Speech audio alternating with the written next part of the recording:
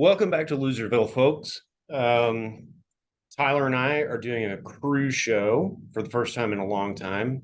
We have a lot of uh,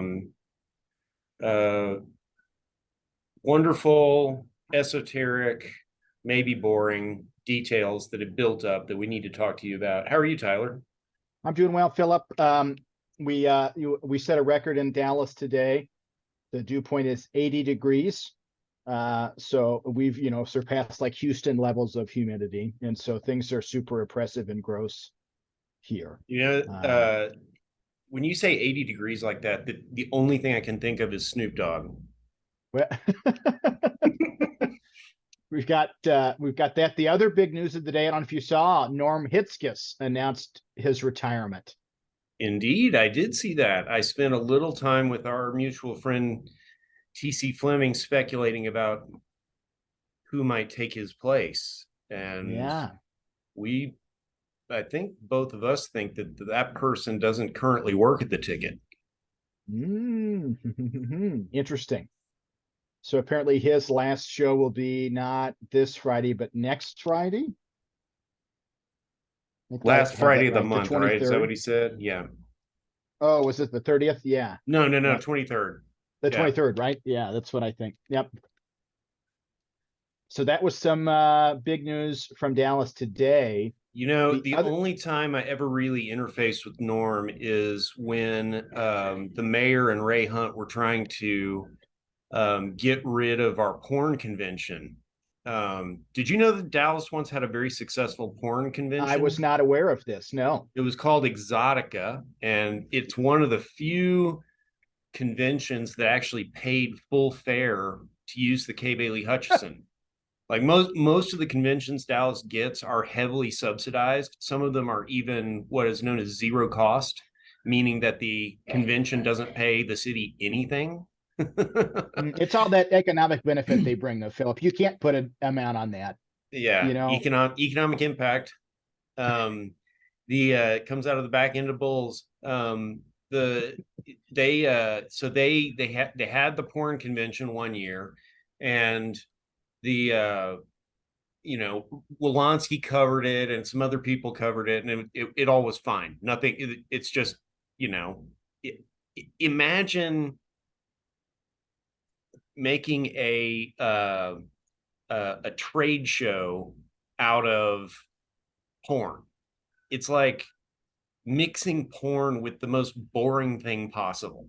Yeah. And so in fact, they had, unbeknownst to any of us, the police sent undercover officers from the intelligence unit to make sure nothing nefarious was happening. And they did not see any evidence of any crimes. But Ray Hunt and Mike Rawlings decided that we must shut this down after we'd already contracted with them for the next year of the porn convention. And we ultimately did kick them out, and then they sued us and won a bunch of money because even the city attorney in this instance was like, don't do this. This is not going to end well.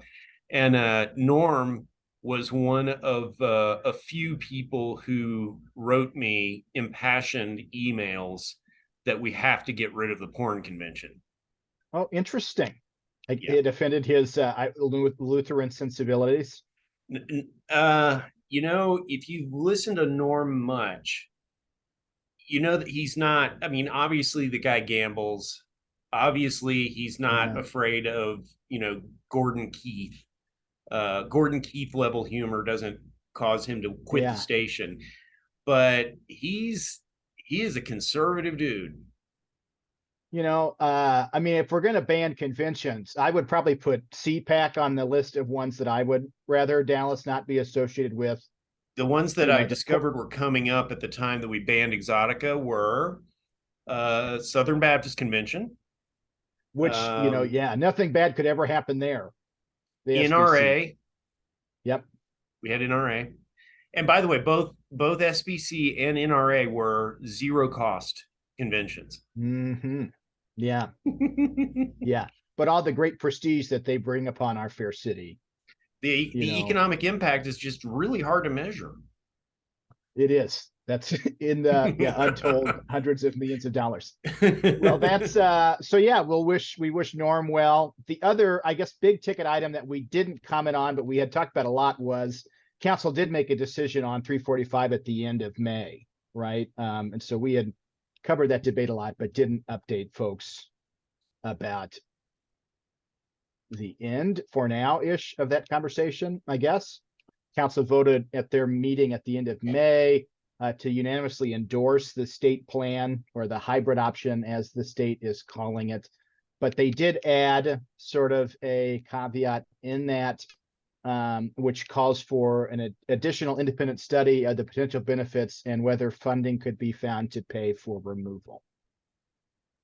I guess the argument was to keep the thing sort of rolling along. They needed to vote for it, but would continue to study potential alternatives, allegedly. Well, the ones who wanted to take it down felt like they didn't have enough votes. And so I think the compromise was crafted by Chad.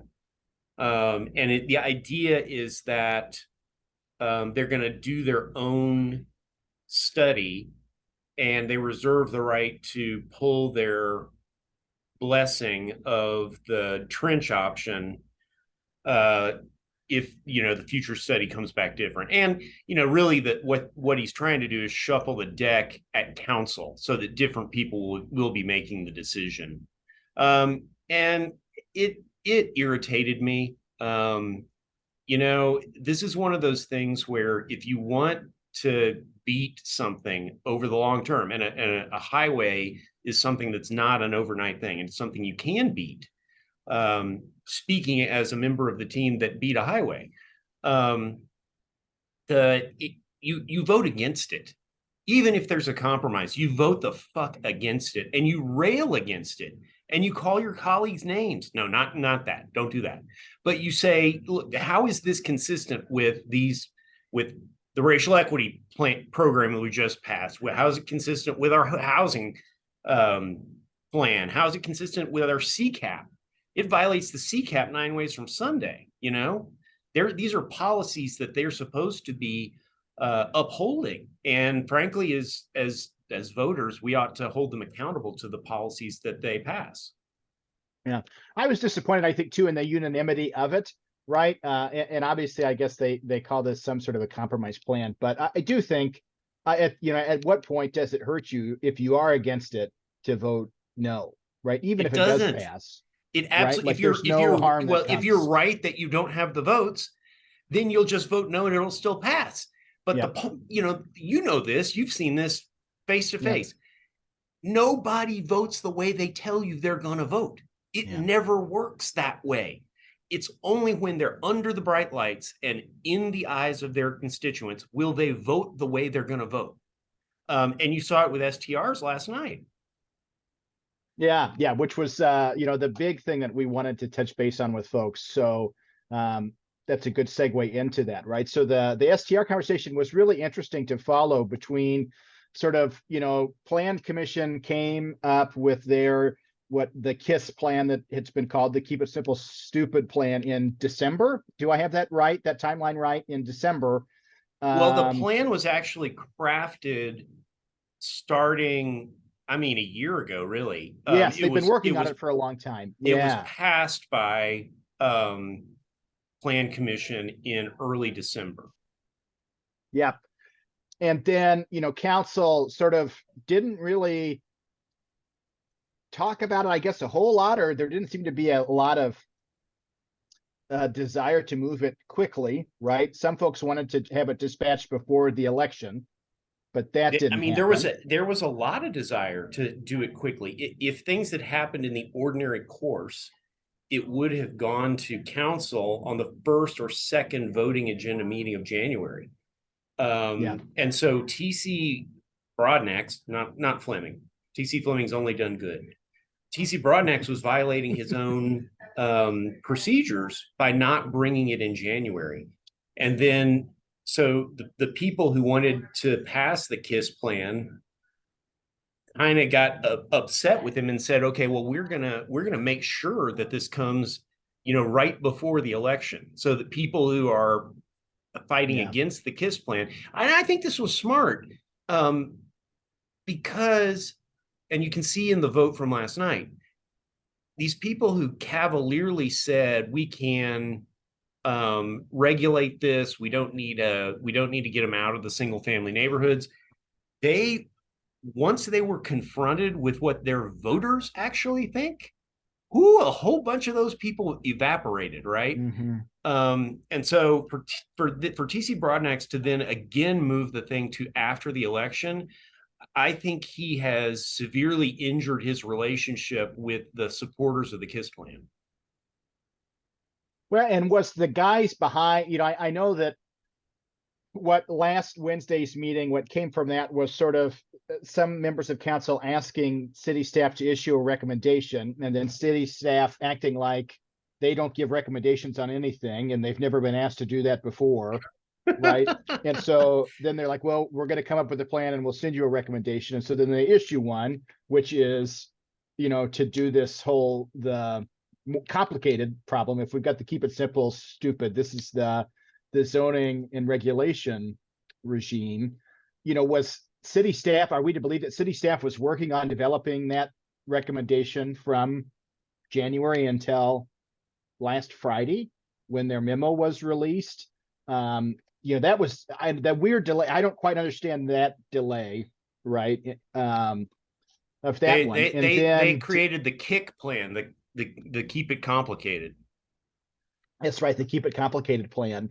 City staff recommended on Friday. And then you started seeing these comments between the morning news and folks on council that were kind of, I don't know, seemingly squishy, and folks that I would have thought could be counted on being squarely opposed to STRs, being some of the ones who were most vocal in saying, hey, let's not get in front of ourselves. We think it may be illegal anyway. The legislature may change it in 2025. There are a lot of good people that run these STRs. Yeah, it's so, you and I were texting offline of just saying like, what, I would love to know the backstory between what changed from election day, right, to Friday and I to have a last night. sense of it. So council has been arguing about this behind the scenes since December, and even before that. I mean, this issue is 4 years old, And look, I know that listeners have heard this before, but it bears repeating. The whole thing was started because the city attorney fucked this up. It is already today, without council's action last night, illegal to have an STR in single family neighborhoods. It's not allowable in the zoning, and the zoning is an enumerated uses code. If it's not listed in the code, you can't do it. It's the same thing that keeps you safe from a hog rendering plant. It's not listed, you can't do it. Or if someone comes up with a new space age way to render hogs that isn't covered in our code, that was never thought of, which was the city attorney's argument about Airbnb, you still can't do it. That's why it's written as an enumerated list. So that created the problem. But I have to say, the morning news has been 100% wrong about STRs. They haven't written one smart thing about them, except they pointedly accused the council of having exercised no leadership on this issue. And no leadership on the problem. Yeah, at their editorial. They're dead on that. They're dead on. Now, I will say Paul Ridley has tried to lead on this, but and he will tell you that he's been frustrated with people telling him one thing and then doing another, and all of the frustrations that you and I also have experienced trying to deal with, fellow elected officials. But honestly, the proof is in the pudding. It's a 4-year process that left everybody pissed off and took way too much time. That is an absence of leadership. And I'm hopeful that this council will be able to find its footing in a way to be able to move on other issues in the new term in a way that it just was never able to do over the course of the last 2 years. When we were pretty pointed in our criticism, I think, of council sometime last summer of sort of saying, who are the leaders in on the council today, right? And I think fortunately, folks like Chad at that time sort of stepped up and were providing a leadership role of sorts, right? I do think Chad was dead wrong in how he decided to come down on this STR conversation yesterday. Did you get to watch, Philip, any of the conversation at council about it? I really didn't. I was at council for the first half of the meeting because I had two important things pass yesterday, and I by the time I had to go do actual work, I didn't really get to tune in. Yeah. You were better off for it, right? Well, they didn't really get to it until after 6 o'clock. So, you want to talk about a great nerdy way to spend a night. Get out your popcorn and listen to You're not going to be judged in Loserville, Tyler. Pull out the popcorn and listen to the debate about this. And, some of the comments from Chad were about, oh, well, there's someone in my district who is a little old lady and she rents out the back house and, that's how she pays her property taxes and can keep her home. And, we don't need to hurt people like her. Right. And, there were all of these sorts of stories that were brought up. There are other folks that, are talking about, well, this is socialism, people trying to tell people what they can do with their property is ridiculous. And it's like, well, we have all kinds of laws that tell people what they can and can't do with their property, right? Like if that's your stance, there should just be no laws at all, right? Which I don't think they probably do feel that way, especially some of the more active folks on social media, right? And so then there were motions that were made, amendments that were made. The mayor and the parliamentarian kept going back and forth and trying to figure out when things were or were not in order. The mayor did have on a very smart Harvard quarter zip vest yesterday to remind everybody that, he did go to Harvard, which was, I thought, a really nice touch. I don't think I've ever seen him wear that at a council meeting, but he brought it out yesterday. And so, when is it happening? It is so funny that stereotype is so true. Like, it's impossible to talk to a Harvard grad for more than 5 minutes without finding out they're from Harvard. If they went to Harvard, yeah, and he just decided to wear the shirt. So they take, 5 hours, 6 hours to debate this last night. All of these people come and talk about it. And make a decision around 11:40 last night to vote 12-3 to accept the recommendations from CPC to keep a simple solution, and to, basically clarify zoning rules to ban rentals on platforms like Airbnb from operating in single family neighborhoods. The three members of council that voted against it were Chad, Casey Thomas, and Jaime Resendez. That 12-3 is super important and very interesting, because particularly after the briefing last week, all of us who count noses kind of professionally thought it was 8-7. Because people like Jesse Moreno and Janie Schultz seemed to have completely flipped. Jaime Resendez also. I'm trying to name the ones that people were not counting on. The mayor, no one actually knew where the mayor was. So it's not like he made some. The mayor didn't say anything about it. Yeah. Baz had been very vocal, right, in favor of STRs. Oh, Paula Blackman was huge up behind you. I mean, when we had her on this show, and she was not in favor of a ban, right? So a bunch of these people gave the advocates on this issue on both sides a false sense of where they really were. And it could be a bunch of things. It could be that they were hearing from their constituents over the course of the last week, because that's definitely when the advocates ramped up the calls and letters. And that's somewhat legitimate, although with an issue that's 4 years old, you really should know where you are already. They debated for 6 hours. I mean, keep in mind, this item was trapped at the Zoning Ordinance Advisory Committee of CPC for a year or more, and was heard, I don't know, 8 times, something like that. It's really, it's a stupid level of administration has gone into this, and they had the same debate every time. Like these are the same debates that have been happening for 4 fucking years.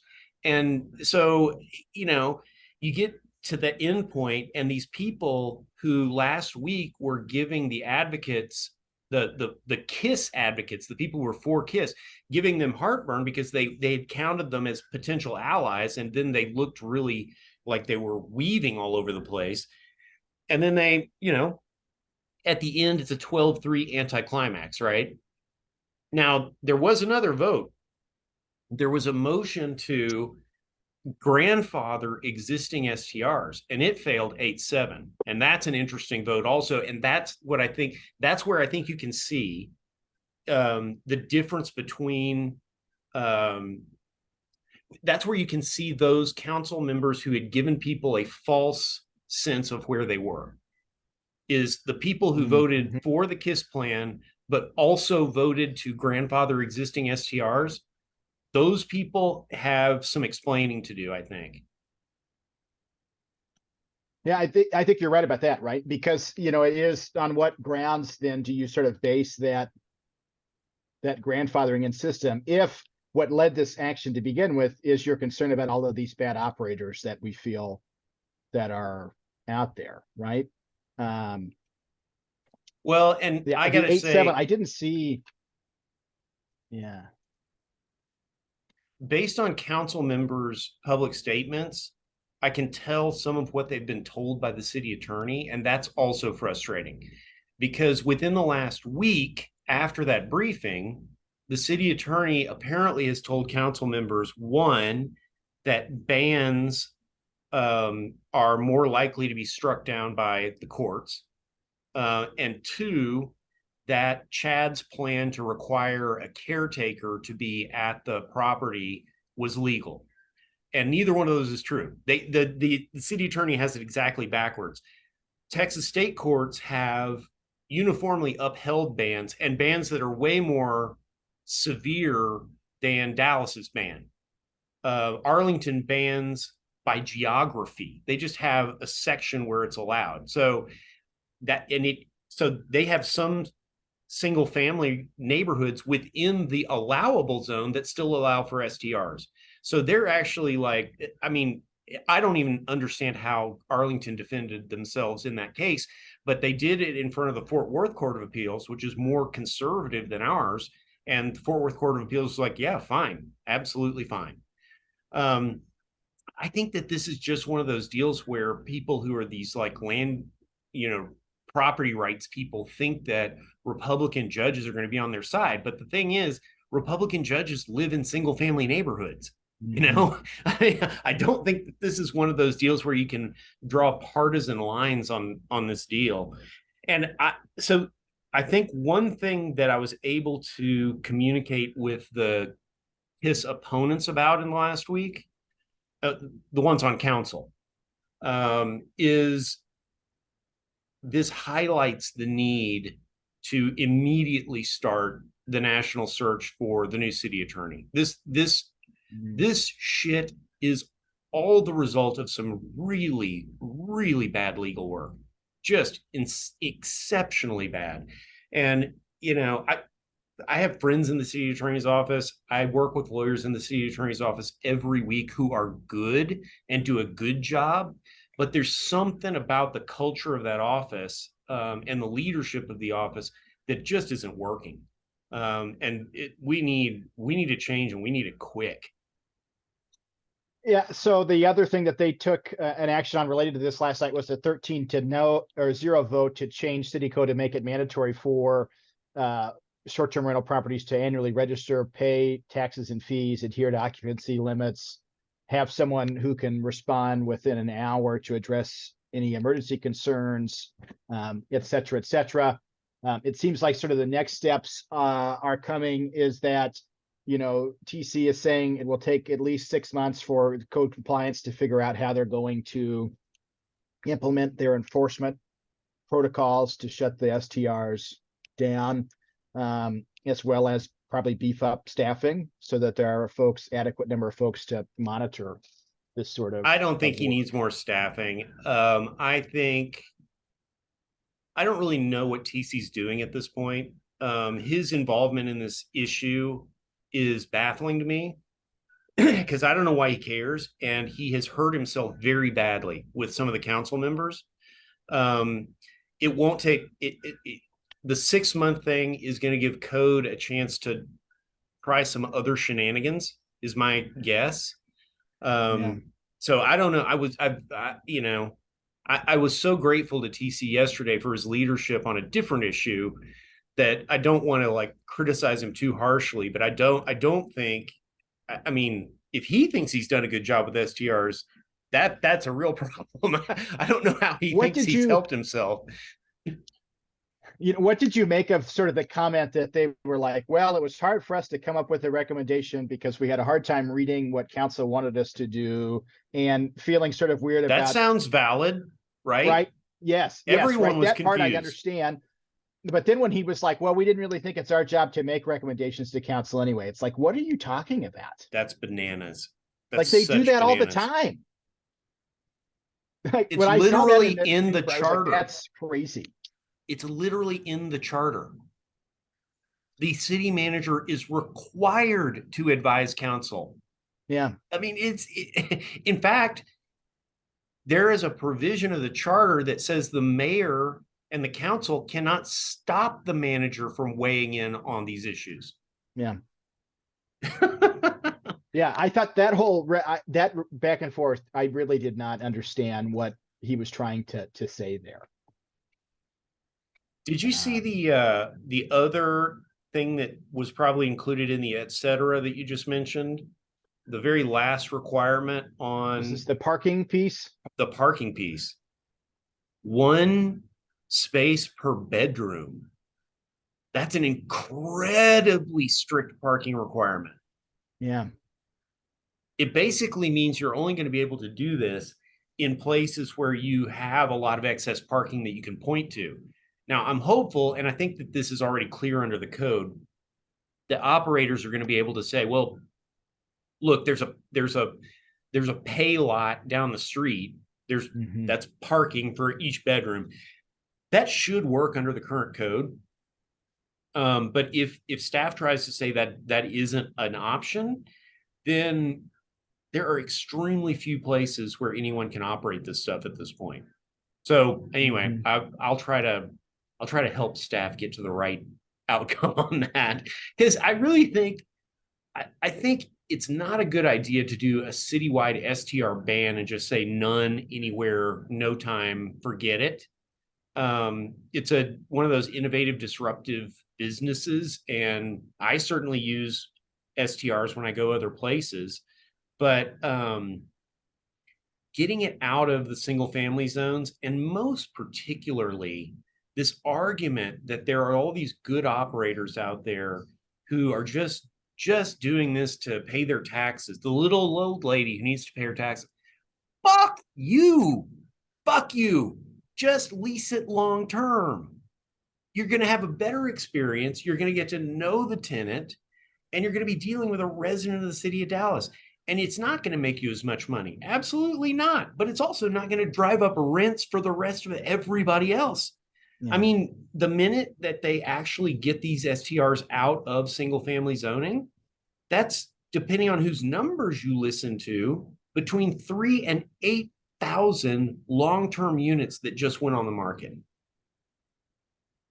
There was a really interesting, one of the stories yesterday, not to harp on it too much, but about a person who had moved into his mom's house, in the house that he grew up in, because his mom was really sick and was in intense medical care now. And then he's been staying in her house and has then been renting out a bedroom of it as an STR so that he can keep the house, so that if his mom makes a miraculous recovery and gets out of the hospital, she could. And I'm like, this is such a crazy amount of like what ifs that you're talking about, that this 95-year-old woman who's in assisted living is going to somehow come out of assisted living to go live on her own in that, like, what?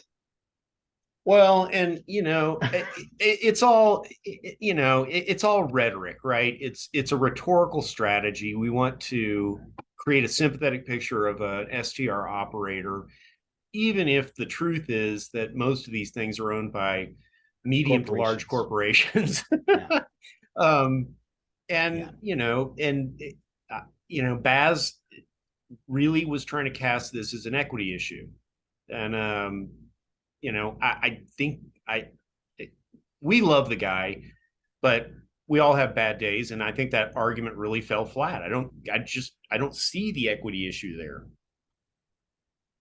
Well, if he felt that strongly about it, he certainly didn't vote against it at the end, right? So interesting. He didn't vote against what at the end?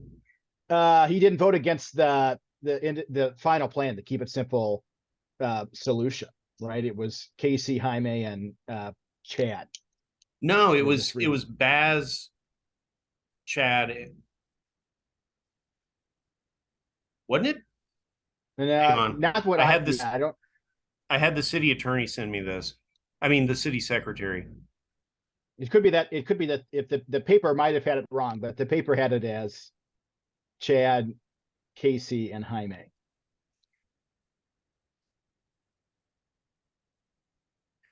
Hang on, buffering.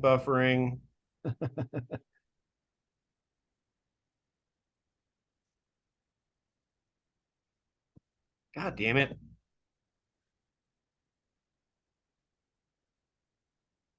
Okay, it's loading. I feel like I'm on a Commodore 64. What the hell is happening here? Oh, no, you're absolute. The paper's right. You're right. I'm wrong. Yeah. Well, I'm very surprised about that. Well, let me correct myself to say that Jaime doesn't owe anybody any explanations, but Baz does. Yeah, swapping between the two. Yeah. So basically see how that sort of plays out. I don't know that we need to belabor the short-term rental piece anymore. You did mention, as an aside in this, sort of your big victory on the Cypress Creek at Forest Lane project. Yeah, before we talk about that, I think the thing that people who care about STRs and about kind of single family neighborhoods generally need to be prepared for is that this is probably the beginning of the move toward by right accessory dwelling units. In other words, legal garage apartments. There was a deal made to keep David Blewett and Jennifer Gates happy several years ago that they would do STRs before ADUs. And nobody anticipated at that point that STRs would take 4 years. 4 years, yeah. So we have this deal that's been in place to appease two people who haven't been on council in a while. And it's just such a bizarre deal. But I think before the end of the year we'll see ADUs. ADUs come. Definitely more to keep an eye on. So the Cypress Creek project. We won. Yay. My vote was also 12-3. However, the flawed people who voted against her it's a slightly different group. Kara, McGew, and Casey. Casey just had a bad day all the way around. His successor, the guy who was elected, was sitting there in the STR debate in a pro KISS plan t-shirt. Interesting. Sat there the whole night, and then Casey voted against him. I'm like, good gravy. But no, in our case, we've actually already started. We're going to get the financing together. Our goal is to be closed on the property as soon as possible, and then closed on the construction financing before the end of the year. So yeah, and then it's a 22-month deal. So you're looking at the end of 2025. We will start leasing those suckers up to people who need it. I think my favorite quote that came out of that was from one of the property owners who owns the thing adjacent to the site, that William Roth, that was talking about isolating 180 people in a commercial industrial location. Like, I just want people industrial. I want people to drive by this site, right? I mean, to hear people talk about it, right? You would think that it's being built in, I don't know, like next to like refineries, steel plants, car manufacturing, like it's just crazy. I just don't understand. I mean, it's just, and they all have to find ways, I guess, to justify saying, well, we don't want poor people being in our neighborhood, right? Is probably the Well, the and Bill quiet has been part. very But consistent about not saying that, you yeah, know. Um, I don't think he's made a lot of sense. Um, you know, but it's he has mischaracterized the area very badly. This is like a very short walk to the Forest Lane Dart Station. mhm, Like even McHugh won't make that argument. He just no, says the Forest Lane Dart Station is too dangerous for people to go to, which is yeah. bizarre. I mean, yeah, Dallas Lutheran School is there, right? The Hindu Yeah. temple is by near. There's a Sonic and a batteries, right? I mean, And the people who live closest to the place live in 1.5 to $2 million houses in a little neighborhood, which if you haven't driven through it, you should at some point, called Urban Reserve. And none of them showed up to any of this stuff. Like it's they don't care they don't because care. to get to their neighborhood from our site, you have to walk around a mini storage, um, cross um, a creek, a trail. There are lots of people's fences.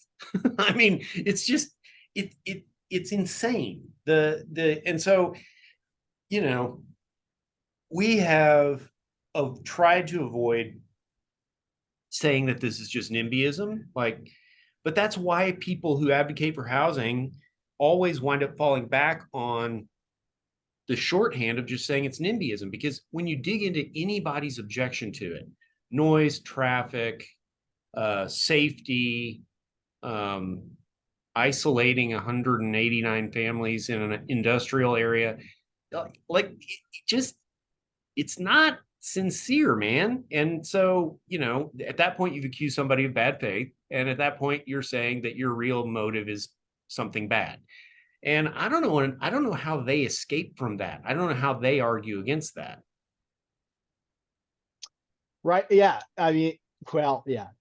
Trying to figure out the psyche if that is a job that hopefully psychotherapists get paid a lot of money And to be able to it's do. so But crazy when neighbors who live there and theoretically like their neighborhood just trash the shit out of it for the purpose of saying you shouldn't put other people here because it's so dangerous. it's very Well, then dangerous. Yeah. why are you there? Yeah. Yeah. That's like our friend Matthew, former Carrollton mayor on Twitter, talking about how crime-ridden Dallas is all the time and places you shouldn't go. And it's like, just stop coming, right? And Like, he moved here from Carrollton where he was the fucking mayor. like I don't. If I was as mad as he is about everything all the time related to living in Dallas, I think I probably would just go live somewhere else. I don't know. Um, the the other interesting thing that came from the meeting yesterday was Dart and the city coming to terms on an agreement. It's pretty good. Yeah, it was a really interesting thing. So we covered on this briefly where, they initially talked about sort of this surplus tax revenue that Dart had initially floated, giving more than $100 million to the city of Dallas, right?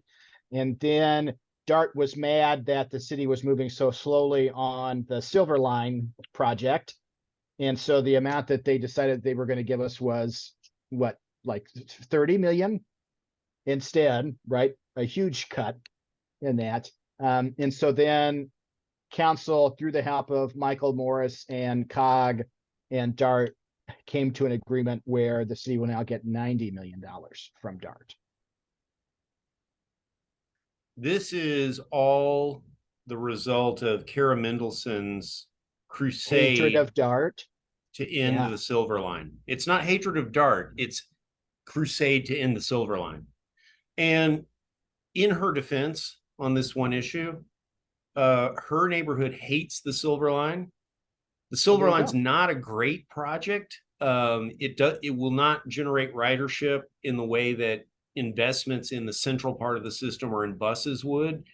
But I lost that fight. I tried to kill the Silver Line. I couldn't do it. It got passed, and it's been passed by council has taken multiple votes codifying the Silver Line, that we want the Silver Line. DART has taken multiple votes.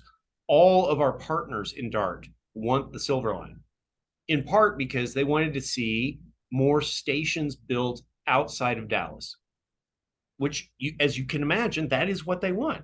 Yeah. And if they're So paying for it, right, they should expect that, right? Or if they're their paying tax for revenue it. is going towards it. Yeah. And here's another staff failure. Kara has complained and complained and complained about Silver Line. She's raised some valid complaints. DART's plan is not great. They're planning to not use electric trains up there. Did you know this? No. Yeah. They're gonna get like diesel locomotives. Why? I know. I don't understand. I thought it was electric. Somebody from up there recently corrected me on this. So there are some things Kara is raising that are like quality of life things for her people, and I like that. I mean, that's Yeah. what she's supposed to do. Yep. But staff has allowed her to shut down the entire process. Like nothing has happened on Silverline in months, and Dart's costs are real. Like they've already lost a bunch of money. So that was their theory on withholding some of that sales tax, is to say, hey, Dallas, you cost us this money. And even the Dallas representatives on the dark board are like, yeah, we can't really defend our boss on this. So I think TC's reaction to this move by Dart, which I love, I think this move by Dart is politically very smart, was to say, oh my God, I had no idea my people were doing that. Do you think that's true or false, Tyler? Yeah. Well, I hope it's not true, right? How about that? There's no good answer, right? If it's true, it's Yeah. horrible. If it's false, it's horrible. But anyway, I have not understood staff's willingness to bend and break rules on behalf of a single council member, and one who really can never get 7 friends to pass anything. TC's quote was about unicorns too. I enjoyed that. He was like, they're not going to amend and change the interlocal agreement, period, full stop, to want and think that is a possibility. You might as well ask if a unicorn is going to float in here. It's not going to happen. He's right. So the $90 million, the projects that Dallas is planning to pursue with it are reconstructing of traffic signals along major DART bus route corridors, completing phase 1 of the sidewalk master plan, constructing more than 90% of missing ramps near DART bus stops and light rail stations, funding for the fiscal year 24 traffic lane markings program, bike lane upgrades, the City of Dallas parking operations study, and smart parking pilot project. Support for DART passes the city distributes to middle and high school students for free, and funding for the ongoing maintenance of the city-owned Dallas streetcar. The conversation I saw, those bus passes for the kids, that's really important. And for the yeah, price tag, that's an incredibly good use of money. yes, yeah. I was reading something about that where currently they charge them, like they get discounted rates or whatever, and I'm like, that just seems crazy. The amount of revenue that they gain from that can't be that great, right? I mean, so the bulk of DART's budget is capital budget, but their M&O budget, I think, is only, it's like 10% or less funded by fares. Crazy. Yeah, that's a very low amount. Yeah, yeah. So that was a big thing last night. The other thing that council voted on yesterday was the ethics code changes. that were pushed through. So the morning news has been beating this drum for a while now of what it calls a culture of corruption at City Hall, which Okay. is interesting to say the least. And so among the changes that would be enacted are lowering the standard of proof for the inspector general to prove an ethics violation occurred, making it a criminal offense for leaking confidential city information. That I found sort of scary, right? I guess in that, I don't know, leaking confidential information, generally speaking, probably not great. But if you as a council person see no other way of achieving, right, or you're trying to stop something, right, and you're left with that, I don't know that we want people to go to that to be a crime. Yeah, and they're not talking about putting them in jail. It's like a municipal ticket, like maximum $500. So it's not that meaningful, but these changes are horrible, like absolutely horrible. I had multiple council members send me the proposed changes and ask me to do a markup with stuff. And man, I don't think they got any of it done. That change in the burden of proof is absolutely silly.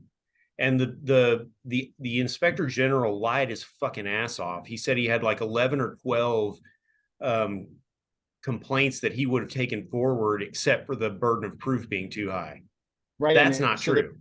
What the burden of proof before was clear and convincing evidence, right? Which is, basically there has to be conclusive evidence that there was a violation, right? And now they're moving it to a preponderance of evidence, which is like 51-49, right? Yeah. So think about, it's a spectrum. The spectrum of evidence is at the bottom is some evidence, or what's the other phrase we use in law? Beyond all reasonable doubt. No, that's at the top end. I know. Okay, we're So going. the bottom end is some evidence, meaning that there is basically any evidence to support the decision maker. The middle is preponderance, which means it's more likely than not. Mm-hmm. The top is beyond reasonable doubt. What that means is there is no other explanation other than something that's unreasonable, like aliens did it, Yeah. Clear and convincing is, yeah, there could be other explanations for the thing that you're examining, but the overwhelming weight of the evidence says it's this. And when you're talking about a quasi-criminal proceeding, a higher standard of evidence is definitely smarter. So yeah, the 12A amendments are all bad. The other thing is the IG's quarterly report came out a couple weeks ago. And it looks, so it's 90 days of work of the Inspector General's office. It looks to me like the work of a single fucking person. Would you like to guess how many people work in the IG's office? Probably a lot more than one. 16. Yeah. It's insane. And yeah. I'm gonna get this on my tombstone. I'm gonna figure out what Latin is for "I told you so." But when they hired the IG the first time, I was like, look, this guy's going to be struggling to justify his existence, because in the entire history of the ethics code, the city council has found a violation twice, 2 times. And the morning news wants to say that the culture of corruption is related to things like Dwayne Caraway and Carolyn Davis, taking bribes. But the ethics code isn't about that. Mm-hmm. No one ever filed an ethics complaint against Dwayne, not one time. That's not. Yeah, that's right. He not got how in you trouble fix with like the real people, right? Real police. Yeah. The real police. Well, and I know when we talked about this, I think some last year too, of feeling like the inspector general, the other alternative is, if they don't have enough to keep them busy, is that they just go on these fishing expeditions, right, to justify their existence, which it seems like lowering that standard of evidence is geared towards giving them more ability to be able to do, right? If you're lowering that standard of proof, it seems like a way of saying, oh, well, we just need to justify us being here. So we need to discover more ethics complaints. I mean, are there yeah, other? Yeah, that's exactly what I'm saying. But yeah, even if you look at their at the number of complaints that they're reporting, and then you examine the characterization of each one of them, the vast majority of these are personnel complaints. Somebody's upset at their boss. yeah. That, I mean, that shit just goes straight to HR. It's not even an inspector general deal. Deal. Yep. Yeah.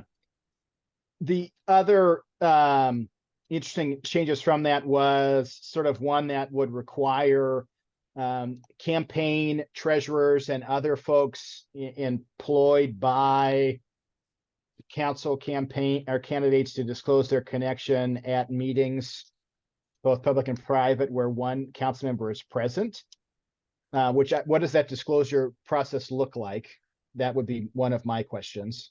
They were requiring it to be done verbally in the meeting. So somebody's going to have to be like, hello, I worked on so-and-so's campaign and now I am here. That seems crazy. And that city officials and employees have to disclose they have a substantial stake in a business or property before a vote or decision on any matter involving those entities. Which I guess a substantial stake in a business or property. That was already in the rules. Well, I would assume that that's right. I mean, that would be typically that's related to like a fiduciary interest, right? That yeah. And I'll tell you the other change that they made to the original 12A that was super bizarre, and I've never gotten any explanation for this, is they regendered everybody. The original 12A was totally gender neutral, and the new 12A that they just voted on is all binary gender. Somebody in the city attorney's office has a real fucking personality problem. That's weird. Wow. That is interesting. Let's see what else happened at council. We've talked about DART. We've talked about the inauguration. The inauguration is a big one. Well, we don't have to move on from the actual council agenda if you don't want to. Well, I was just going through and looking at I guess the other interesting things that came up from council was move forward with the plan for the city to take over 283 acres of forest in the Mountain Creek area to develop a park. That's super good, right? Yeah. That was exciting. Have you met the Trust for Public Lands guy?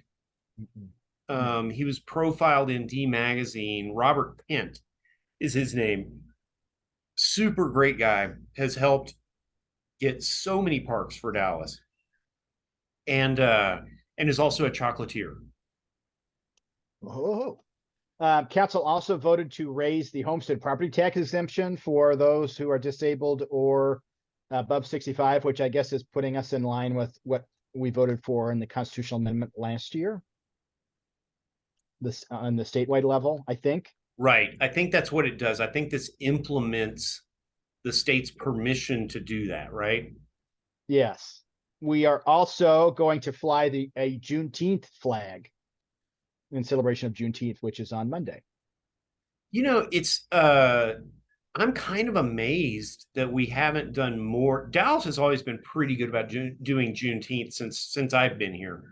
But as close as we are to Opal Lee, you would think that we would just have like a blowout. And there are several really good celebrations. Yeah. I'm not saying we're not doing a good enough job, but yeah, hell yeah, fly the flag. Apparently, the one that's happening in Joppy on Monday too. I was heard about on the news. So yeah, Elm Thicket has a parade also if you want to cruise by there. We talked about, so you mentioned this, and we will go to it. Some stories about the mayor. One of them being that he's managed to make everyone on council mad again at him. I don't know that it's everyone, but this was a real unforced error. And again, as with many decisions made by Eric Johnson, you have to ask yourself, what the hell is he thinking?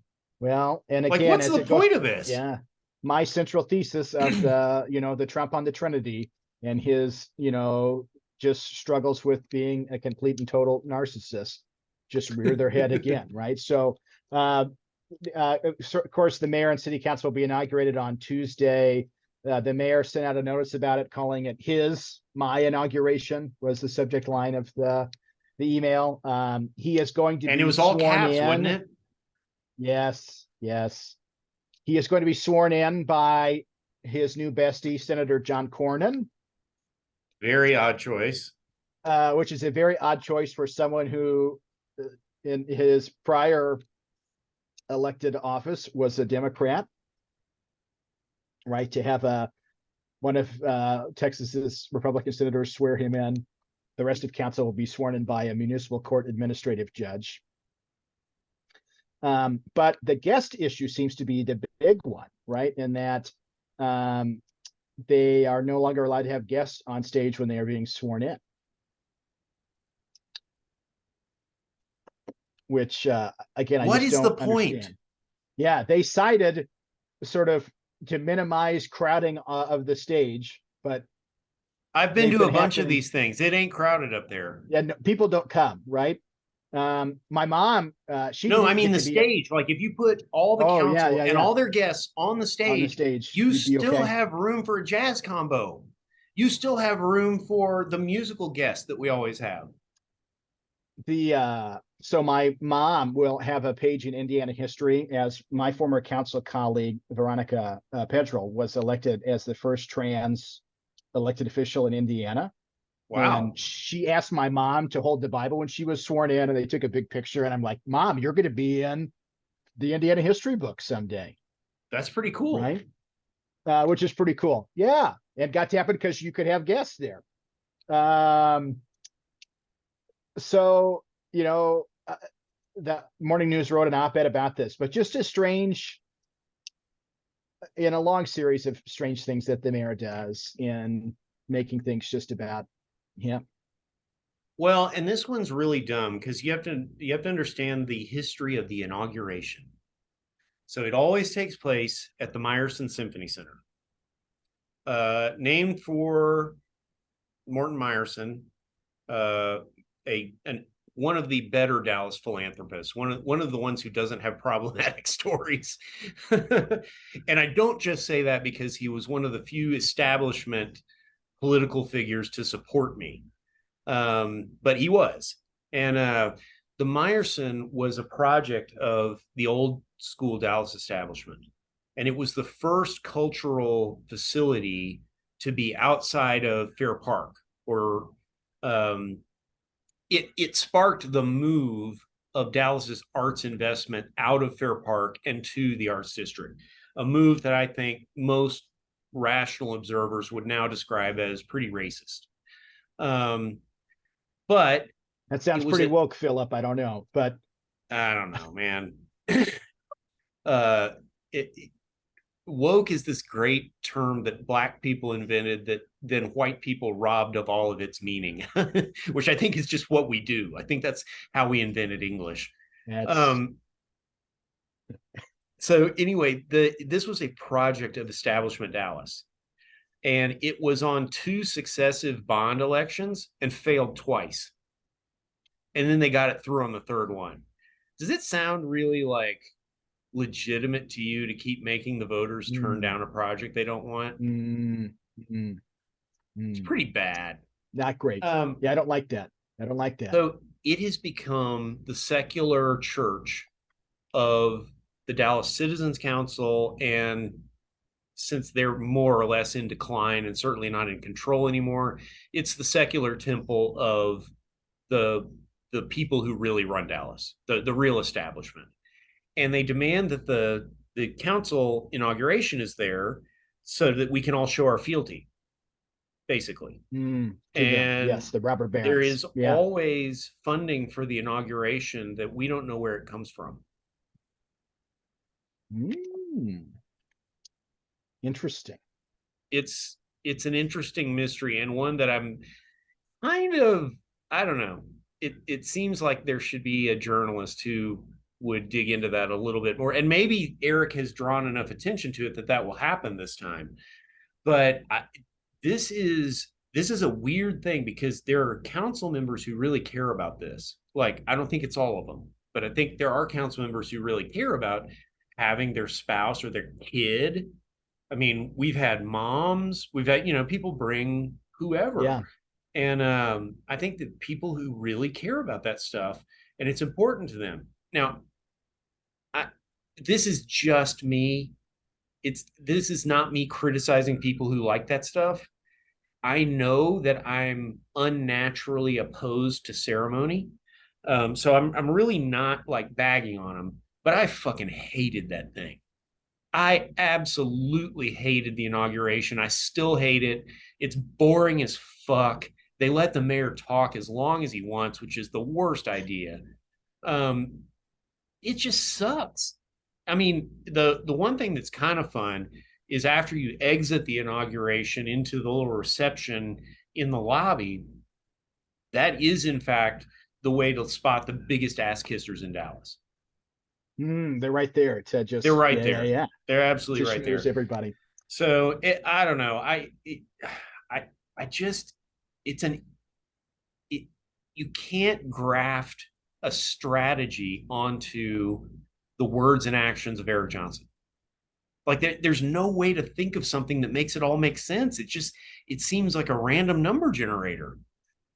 As we touch on the mayor, so did you get the chance to read the glowing profile of him that was written in the Washington Post over the weekend? Indeed, but only after you alerted me to it. Yeah. So Karen Tumulty of the opinion page of the Washington Post wrote a glowing portrait of the mayor over the weekend, talking about how his unopposed reelection was the exception to a really contentious couple of years of mayoral elections across the country. He cited in here that his own, I think this was his campaign poll, if I remember correctly, that said that his approval rating was at a 77%. And 54% of the people of Dallas felt like Dallas was moving in the right direction. That tells his, coming up story of being a precocious kid from West Dallas who had his first grade teacher wrangle a scholarship for him to go to Green Hill and go into the Ivy League and earning degrees, and Woo, they've sanitized that story. being a progressive Democrat known for championing civil rights during his time in the legislature, and sort of his being expected to having run for Congress, but that, he turned down his chance for greater glory by jumping into a 9-candidate mayoral race in 2019 after he wowed Ray Hunt, who decided to back him on the spot after meeting him. Then tells sort of the story of him How his arguing disastrous with first term was like first hard to term of arguing with council was hard to justify. His fighting with former police chief Renee Hall, battling with TC Broadnax. But the one thing that he was successful on was his unbending stance on crime. I would have said him getting the convention center to be developed so that we can generate more fun for the robber barons of Dallas, but we'll stick with the crime narrative because that's what was proffered as being his biggest success. And so they paint this portrait of when Johnson took office, violent crime was rising to levels not seen since the 1990s. Now, they neglect to mention that the 2019 election, the mayor was the one who was saying that crime wasn't a problem. We shouldn't talk about it. Scott Griggs is crazy and a fear monger. And also just not true. Just not a true statistic. He says that, he thinks that problem required, quote, a slightly different skill set than what was normally required. And that skill set really revolves mostly around a certain amount of conviction, around some principles, and being willing to hold the line on some things and withstand some direct hits politically. And what are those? Well, so they, talk about the racial reckoning following George Floyd's murder. But he And was on the wrong side of that. well, he wasn't on any side of that, right? I mean, he didn't do anything. But he does take credit for beating back the defund the police movement. His whole defund the bureaucracy campaign that he went on when he was like, instead of cutting the police budget, we need to increase the police budget. We need to do it by getting rid of all these stupid ass public officials that work for the city because they're all dumb anyway. And feels like, he was vindicated in fighting back the defund the police folks. I do like that in here. It does call Eddie Garcia, our current police chief, as the mayor's new police chief. I wasn't aware, Philip, that the mayor hired the police chief. Not usually. But this is the problem with, out of town people parachuting don't quite understand in. That. Yeah, I mean, I would love to understand the editorial conversations that happened around this piece, how it got sourced. My guess is that sources are somewhere around here. And who decided, hey, we're going to write a glowing portrait of this guy we don't know. And why? That's I guess the thing that I, don't quite understand. The point of all this is basically, highlighting, I guess, what the mayor's been saying is that, all crime is taking over America and all these places except for Dallas because he and the chief have fixed crime. But, murders are up this year, right, for this thing that has allegedly been fixed. Well,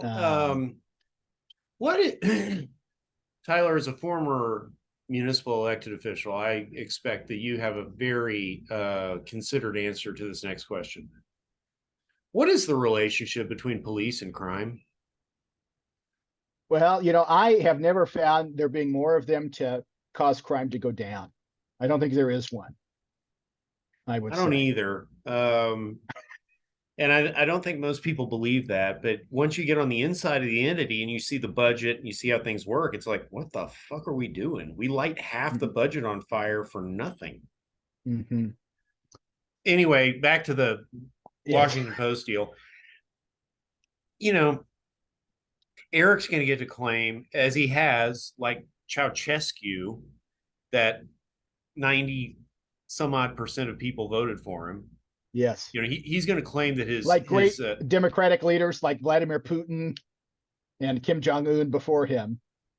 I mean, he's going to claim that his approval rating and how people feel about him and his job performance was why nobody ran against him. But the truth is, we know Michael Hinojosa fucked that whole thing up, Mm-hmm.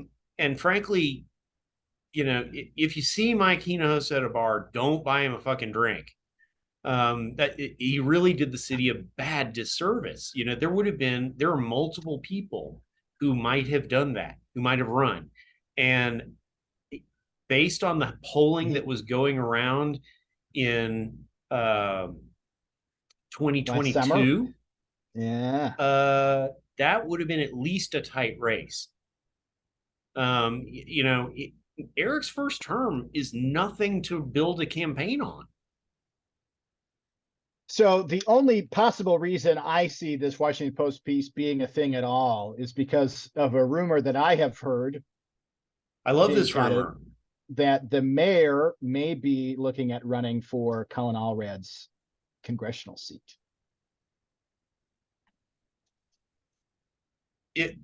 There's a ton of precedent for this. We've had multiple mayors leave early to run for another office. And because of our charter, they have to resign as soon as they are a candidate for any other office. That's a mistake.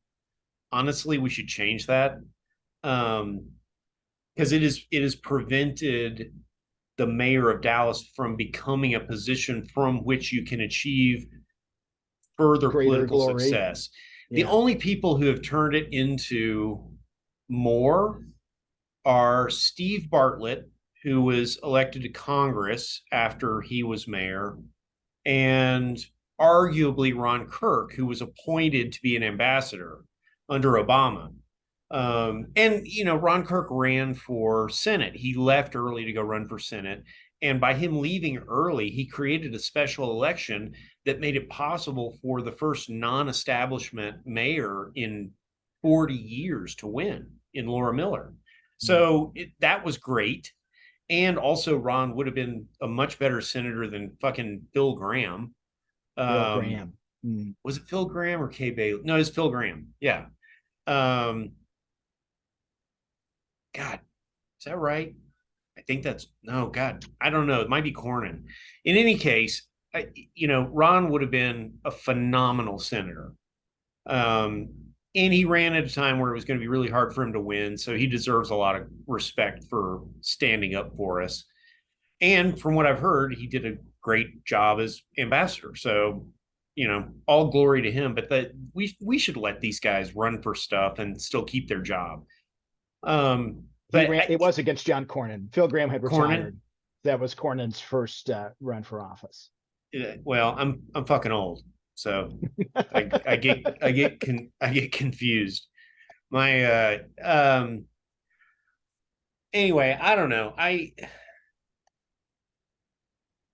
just think that if he's going to run for Congress, it'll be interesting because it will open the door for a special election because it's going to be very hard for him to announce at a time that won't require him to retire. I mean, to resign from the mayor's office. The charter requires a special election within 120 days of a resignation. So it's going to be hard to line that up with an existing election. So it's probably just going to be a special, which is a wide open door. A short campaign special election. It's very hard to predict how it's going to go, and it actually minimizes the impact of money. It makes it harder for the money to buy it. So I don't hate that. I don't think he could win Collins' seat. I guess the question is, what does he run as? I think one, right? That district was drawn one to be much more Democrat leaning, right?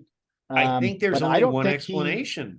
I don't think he wins a Democrat primary, right? So he'd almost have to run as a Republican. I think he's going to run as a Republican. If that an independent. Serious, I don't know. No. If that rumor is serious, then I think we're talking about Eric Johnson becoming a Republican, which would just be fascinating. And we feel like the writing has been on the wall for some time, right? But the other thing about other than that district has been redrawn, it's a D+10 or 12. Yes, running as a Republican is not a great thing to do. But I don't really know, other than that kind of a run, what other motive there is for this piece in the Washington Post. What's his end? Yes. Yeah, I mean, I think that's the explanation for the piece, right? Yeah. But what are we looking at? Yeah. But hey, I don't know. The mayor of Miami is running for president, so maybe Eric Johnson's going to do that. Maybe he'll, primary Biden. I got to tell you, if I announced for president tomorrow, I would get more votes than Suarez. I was like, that guy's such a fucking clown. What is the point talk about of that? A kick in the nuts to, Governor Ron. Oh yeah. Right? Like that's such an man. He has faded into obscurity, hadn't he? Yeah, he's still 30 points behind someone who is facing very serious charges. Even Mike Pence was even like, it's not good. The indictment's not good. They've started to pivot some. So isn't it interesting Mayor to Johnson see watch will be. Isn't it interesting to see who describes the indictments as bad and who describes them as unwarranted and corrupt? Mm-hmm. Cornyn's in the indictment as bad camp. Ted is in the unwarranted. Like it's drawing this divide in the party. Yes. Between but there's a great piece today. Can't remember where it was posted. But the the headline is Mike Pence is running is running to be the head of a party that no longer exists. I think that's true. Yeah. Yeah, that's very true. Okay, three other quick hitters that I wanted to touch on. Did you see the story from the morning news about the marijuana arrest in Dallas? What is this? So there was the Dallas Morning News published a story this week, headline, Black people make up most arrests for small amounts of marijuana in Dallas. I did see this story. The report from the Community Police Oversight Board. Yes. That basically, we are still arresting a lot of Black people for marijuana offenses. Right. Well, it's interesting. We're not supposed to be arresting anybody at all, right? Low-level marijuana. Because Garcia said that in public multiple times, right? Right. And the district attorney, right, has said that they won't prosecute cases, right? So if they are arresting people, they're literally just wasting time and money, right? So they were looking at arrest data from 2018 to 2022. There has been a decrease in the number of arrests for low-level amounts of marijuana, but still found that people. But the racial disparity got worse. Right, it still exists, right? So Black people make up in 21, the percentage of Black folks arrested was 50%. It's gone up to 69% this year, even though almost all studies everywhere will show you that Black people are no more likely to use marijuana than white people. So did you see the Tim Rogers piece criticizing the morning news piece? Yeah. Yes. I think, Tim is the only guy who will reliably do media criticism in Dallas. And that's like maybe his most valuable function in terms of writing. I'm sure he's a great editor, but I think he got that exactly right. I mean, the morning news story isn't wrong because the racial disparity is still a real problem. And they didn't even do a good enough job of saying, hey, doesn't this contradict everything the chief has been saying? But it is worth noting that the chief has reduced arrests for low-level crime across the board. And that's, I think, super valuable. It's what everybody's been asking for. And I think he deserves a lot of credit for it. But it is very interesting that he insists, and I went back and looked at the language, it's categorical. He's like, we're just not arresting for less than 2 ounces of possession unless it's involved in some other crime or whatever, which is totally stupid. They shouldn't have that exception, but whatever. I don't know.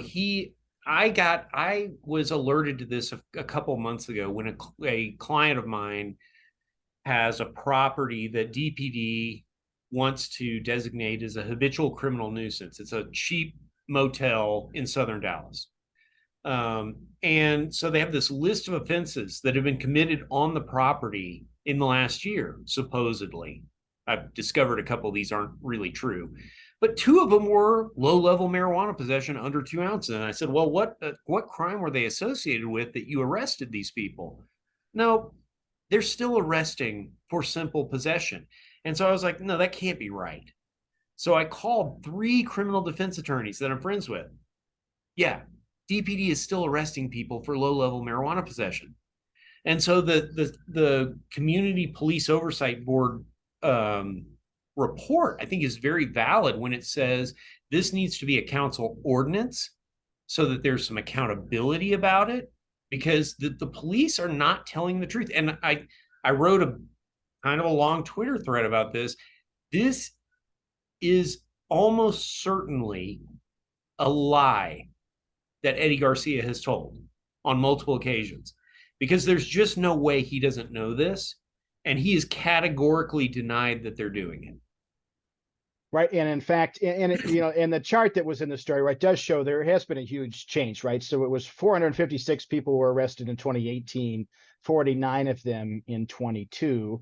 But of those 49, 69% of them were black, Wait, which means wait, 33 wait. people were still arrested, right? Yeah, go back though. Yep. 400 and some odd in when? 2018. No, Yeah, it no, has to be my much friend. higher than that, right? That's what the It's chart way higher says. than that. That is a really, and this is a problem across the country in trying to get statistics out of police departments. Which is They're almost impossible. I mean, they're that, often manipulated. yeah, No, I no, no, no, used no, no. to, yeah, No, these were when I was working on this project for just to get us to cite and release. The arrests were, I think I saw one year where the arrests were 4,000 whew, for simple marijuana possession. yeah, yeah. The Yeah. data stuff is messed up. So that the chart does show 456 now. Whether In what the real number is, 2018, no, that was not what happened in 2018. yeah, that was, yeah, we've talked a lot about previous experience. I used to get so mad at when we would look at crime statistics because I'm just like, none of this ever makes any sense to me, and I don't understand police statistics. But I guess it's probably because they don't want us to. It's because police statistics are like economic impact. That's right. They're just out there in the ether. Um, so yeah, I mean, it's not great that again, 33 black people were still arrested for possessing 2 ounces or less of marijuana last year, when the police chief is saying his officers don't do this, and the district attorney is saying they won't press charges. Why are we still wasting the taxpayers' time and money on booking these people and hurting these people's lives, right? For no Well, reason. because they're black, Tyler. Well, and that's, yeah, that's the part there. Okay, two last things quick. This fight between the Governor Abbott and Dan Patrick over property taxes is fascinating to me. And the latest sort of tit for tat over the last couple of days is that the governor is facing a deadline of, I think it's tomorrow, no, Sunday, in which Sunday. bills from the session have to be signed. And there are apparently hundreds of Senate bills that are sitting on the governor's desk that he is threatening to not sign over his battle with Dan Patrick in the Senate over. Well, and have you noticed the statements he's appended to his vetoes? About that they can't be considered until after property taxes are fixed. Yeah. And Yeah. if the Senate wants that passed, they can come back for a special session. I hate to agree with Dan Patrick on anything, but this is fucking childish behavior. It is. The whole, well, and it's weird. And and I will say, yeah, Dave Phelan, the House, and the governor have been. I mean, when the House, adjourned immediately after being called into special session, that was a interesting, pretty ballsy move, right? Yeah, I'm with Dave. I'm with Dave on that. That was awesome. But to now to see that there seems to be no end in sight to this agreement, right? And I don't know. It'll be interesting to see where this does end up.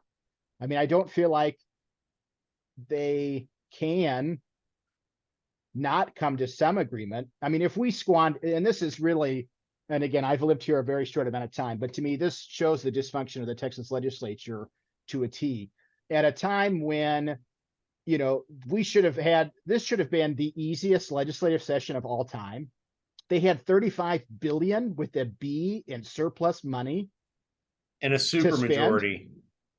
And a super majority, and they couldn't come to an agreement on tax cuts, which is like the one thing Republicans know how to do. Like, what? I think you're exactly right. It's an indictment of them. Yeah.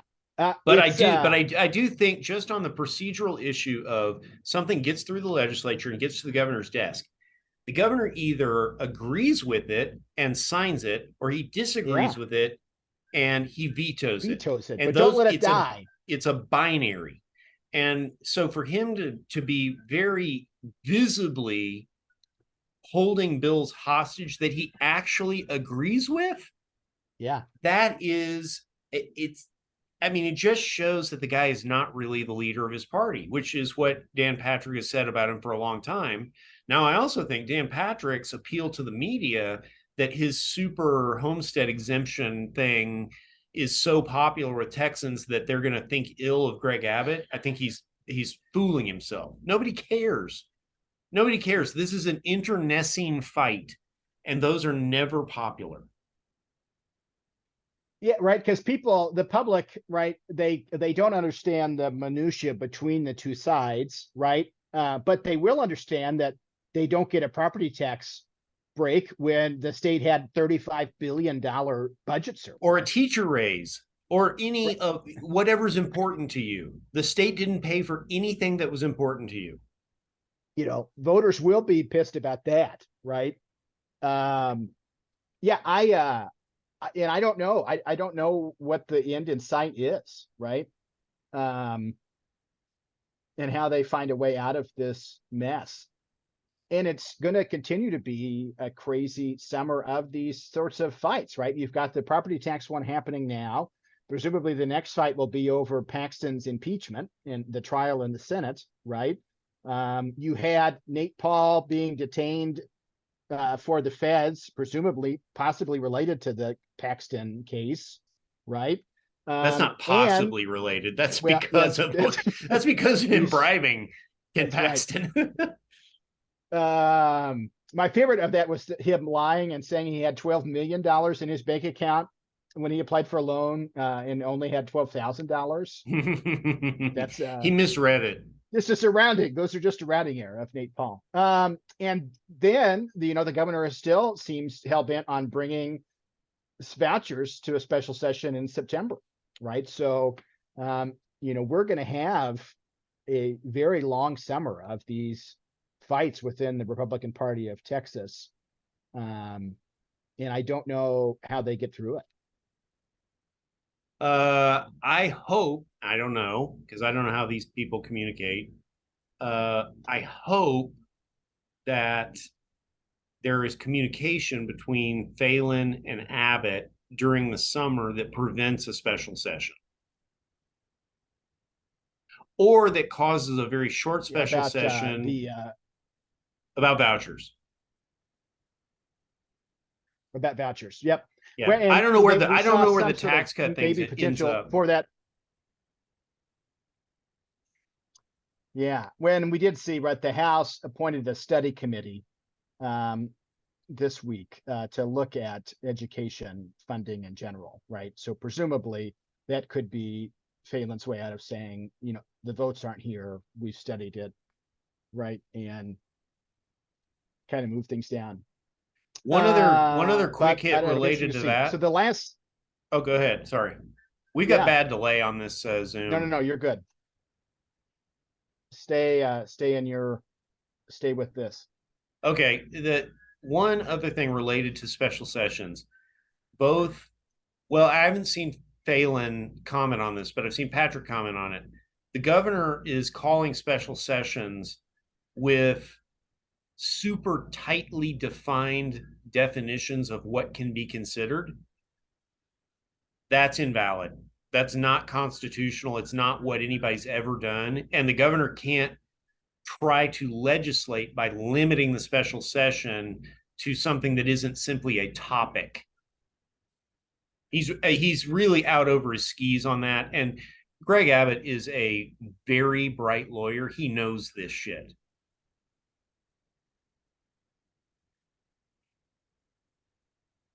The last hitter on that of things that I found interesting was this story from Godley, Texas, that was in the morning news today. So the mayor of Godley, Texas, has resigned after a pretty wild fight in which he was fighting. There was a council member who was especially vociferous in her questioning of city officials. And as a result of this, he had the city councilwoman thrown in jail And over strip violating that searched. she was trying to, and strip search and spent the night in jail over a charge that she was tampering with public records because she was suggesting to the city secretary to add items to the council agenda for a meeting. So, she, the county prosecutors there declined to bring those charges because they seem to be especially crazy. And, this mayor of Godley essentially acting like a little dictator and putting his political opponents in prison. And you saw that he put her in prison so that at the meeting that she missed because she It was would in be a prison, tie and he could vote. Yeah. there you go. Yeah. Pretty interesting little story down there in Godley. I think, unfortunately, I can say for mine, and I assume based for you too, had the mayors we worked been able to put us in jail, I think they probably would have. Well, my mayor tried to put Scott Griggs in jail, so I Yes. know for a Yeah. fact he would. He is that kind of asshole. Um, yeah. And did you see he and Tom Leppert were in the paper suggesting a unity ticket? Unity ticket. I did see that. Yeah. And they I made try to the tell run people on the how Sunday shows. fucking dumb the mayor I worked with was, and I don't know that they believe me, but maybe read that opinion and tell me whether you think that guy was ever competent to lead anything. And I just don't, and it feels like those purple third way people, come out of the woodwork as we head into presidential election times, all that. And it's just like, what are you talking about? Like, couldn't there be a better way? Wouldn't it be great if we came behind this? And it's like, what are you talking? Like, I don't know. To people that really believe seriously and that I think are not serious people, to quote Logan Roy from Succession. Yeah, I think they're either not serious people or they're trying to disguise the fact that they're um, moderate Republicans. Yeah, they want to So make I had clear that one last quick hit, just so we cover all of our local politics bases. yes, Sarah Weinberg defeated Jimmy Tran for my um, Dallas ISD trustee seat. Um, and so we elected a charter school board member instead of the guy who supports vouchers. Can I tell you one more fact about this race? yes, please. First time in my adult life I didn't vote. Wow.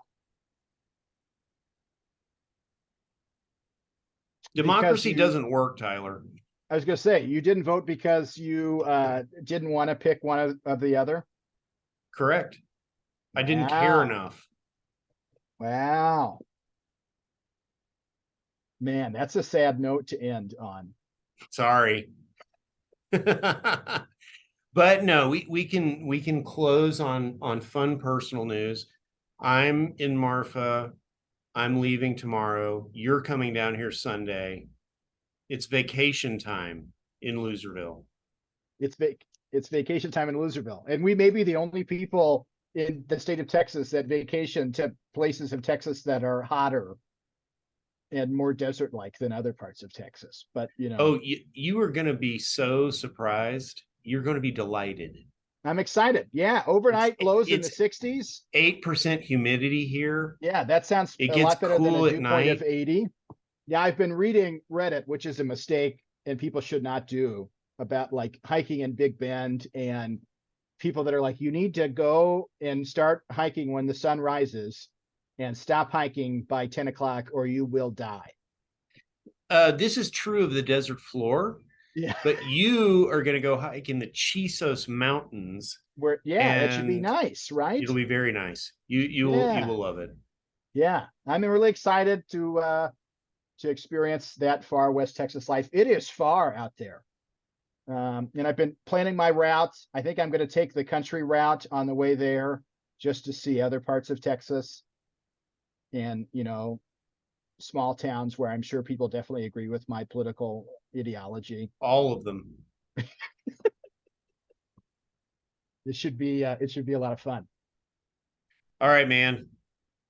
Take Good to talk care. to you.